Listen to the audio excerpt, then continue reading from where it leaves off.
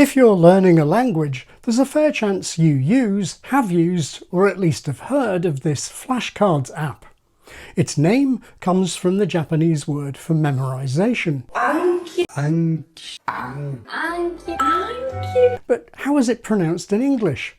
Helpfully, Wikipedia tells us, except that for me, this isn't really a possible word of English. A long vowel followed by the velar nasal phoneme It's not just this word, or Wikipedia's diaphonemic transcription system. These very influential pronouncing dictionaries are too old to include the flashcards app, but they use the same transcription for their American pronunciations of many words like these. Let's check the pronunciation dictionary that I co-edit, Cube, which allows us to search for sounds and sound combinations in Southern British English. These are the search terms for long vowels, including diphthongs, followed by the velar nasal. The results out of the well over 100,000 words in the dictionary are boing, boink, ɑːŋki and oink, which might be a good name for a firm of lawyers, but onomatopoeic sound effects aren't exactly representative words of English.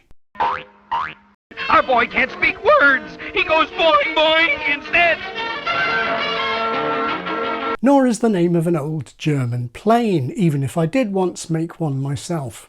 If you're from, say, England or Australia, I doubt you'll be able to think of any basic words of English in which the velar nasal is preceded by R, the long vowel of father. English folk and Australians are not going to use that vowel in the name of the flashcards app. What you'll generally hear is the trap vowel, as in ɑːŋki, ankle. Anki is the app that I personally prefer to use. I'm not really a massive fan of Anki. Please do check out Anki. I don't really like Anki. There are really good apps out there like Anki. Although one Australian seems to opt for the strut vowel, as in hunky uncle. At number 11 we have ɑːŋki. It's a little bit clunky. ɑːŋki, clunky, ɑːŋki, clunky. There's a guy called Matt versus Japan. He has used ɑːŋki to great success, and so have many language learners. ɑːŋki, number 11. North Americans sometimes use the vowel they have in ankle, but many of them treat this foreign word like taco and pasta, using the vowel they have in father. Anki, Anki. Anki, Anki. Anki, Anki. Anki, Anki, Anki, Anki. Anki, Anki, Anki, Anki. I have one question, Dr. Frankenstein. That's Frankenstein. So how is it that Americans can take the vowel of father and put it before the velar nasal while for other folk like me, that's just impossible? The answer turns out to involve two things: vowel length and phonotactics, which means the combinability of sounds in a given language or dialect. A distinction between long vowels and short vowels dates back centuries in English, and the major phonotactic difference between them is that the short vowels are said to be checked, and the long vowels, including the diphthongs, are said to be free. This means that the short vowels have to be checked, as they say, by a following consonant. You can't get them stressed at the end of a word. So we have lots of words with short vowels like bed and put, but no words like be and pu. I do pronounce yeah with my short dress vowel, but that's totally anomalous. In general, we can say that a syllable ending in a short vowel just isn't big enough to be a freestanding word of English. By contrast, the long vowels, including the diphthongs, are free to occur finally, like in see and say. What gets pointed out much less often, however, is that these so-called free vowels are not free to occur anywhere. If we look at morphemes, that's basic words without added suffixes, there are limits on where long vowels can be squeezed in before final consonant clusters. When there are 3 consonants on the end of a morpheme, you can have a preceding short vowel, as in glimpse, distinct, next, attempt, sacrosanct, and angst, if that's an English word, and prompt. We could add bronx, except we usually exclude names when we describe the phonotactics of English morphemes, because names come from all over the place and can be tricky to analyse morphemically. We also have strut words like defunct. The shortage of examples with the foot or put vowel is because most of the words which originally had that vowel changed to strut. In the north of England, these still are put words like defunct. But what we can't squeeze in before 3 consonants at the end of a morpheme is a long vowel. So there's no next or defunct or glormps. Syllables like that would just be too big, or as we say, too heavy. For words like that, you have to turn to borrowings like mints, or a few English names like lounds, which is often pronounced with only 2 final consonants anyway, lounds. Even with just 2 consonants on the end of a morpheme, there are restrictions. Think of morphemes ending in the cluster mp, for example. We have morphemes with short vowels like limp, shrimp, hemp, temp, camp, lamp, romp, swamp, jump, pump or jump pump in the north of England. But it's much harder to think of a morpheme with one of the long vowels. The same goes for the final clusters ulk and ulp. We have milk, silk, help, elk, scalp, talc, gulp, bulk or gulp, bulk. But long vowels? Some people have long or in a couple of names, but for me even those have a short vowel, folk and sulk. And coming back to the English velar nasal, of course it comes historically from a consonant cluster, ng. In fact, there still is a consonant cluster in my native accent, which is why I grew up saying singing and rhyming singer with finger. But for most accents of English, ng coalesced into a single phoneme. However, the phonotactic limitation was already established. So we have think, bring, single, length, strength, penguin, thank, angry, language, congress and long and wrong. I'll come back to those words in a moment. And hungry, lung, young, or northern hungry, lung, young. But as we saw in the Cube dictionary, we have no long vowel examples, except for weird cases like boing, boink, heinkel and oink. Not far from me is a place named Farncombe, which in running speech might get pronounced Farncombe. But it has 2 parts that occur elsewhere, as in Farnham and Wickham, and the nasal is basically just a normal alveolar N that can be, but doesn't have to be, assimilated to the k. So āŋ isn't an articulatory impossibility, it's phonemically impossible. In American English, things are considerably different. Let's remove the lexical sets that aren't necessary for general American type accents. That's the short lot vowel and the non-rhotic vowels nurse, near, square and cure. This means that words like congress contain the same vowel as father, and in accents that retain the cot-court distinction, long may have that thought vowel. From now on, I'll use father as a keyword instead of the more usual palm, because many Americans pronounce the word palm itself with the distinct thought vowel. Now let's go back to words like think. Most dictionaries will show it as I pronounce it with the vowel of kit, but across North American accents there are other vowel possibilities. Wiktionary shows not only kit, but also dress, think, and trap, thank, and face, think, and fleece, think. According to the results of my big survey of North American English, which, yes, I need to make a video on, many North Americans do consider the vowel in words like think and sing to be the fleece vowel.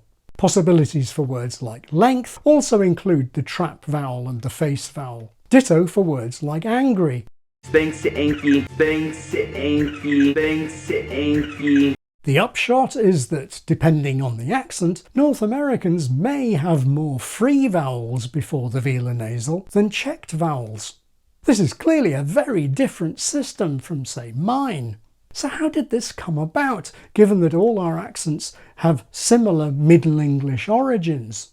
Let's look at how the English vowels divide up into groups, then and now. Middle English around 1400 had 3 groups of vowels: short and long monophthongs, or pure vowels, and diphthongs. The short vowels were as in kit, dress, trap, lot, and put. We can't be sure of the exact Middle English qualities, but these symbols will do. The long monophthongs were as in pris, flees, ples, fas, got, gos, muth. The old diphthongs don't matter so much here. As you can see, even if the qualities weren't exactly the same, vowel length had to do a lot of work differentiating the short monophthongs from the long ones. Now let's look at the modern subgroups of vowels according to both John Wells's Accents of English and William Labov's Atlas of North American English. We have these checked vowels, essentially the same as the Middle English short vowels except for the strut set that split off from the put set. Then we have the vowels that Wells describes as having a mid to close quality or end point, and which Labov calls up-gliding, shown here with the familiar RP symbols. As you see, this second group is basically descended from the Middle English long monophthongs, but length is no longer so important in differentiating it from the group on the left, especially in those accents where they're all up-gliding diphthongs, as Labov shows them.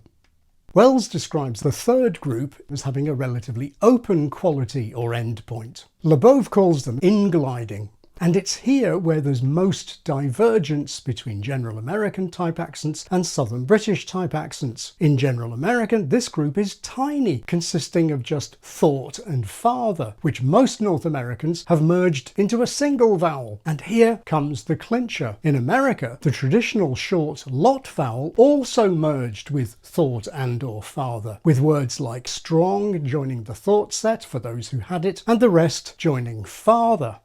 Now, in a system like this, the importance of vowel length as a differentiating factor is even less, especially in the open back vowel space. This isn't to deny that American vowels may be consistently shorter or longer than one another, but they don't fall into two neat classes based on length. The merged American father-bother vowel is intermediate in length between the long father and short bother of Southern British, etc.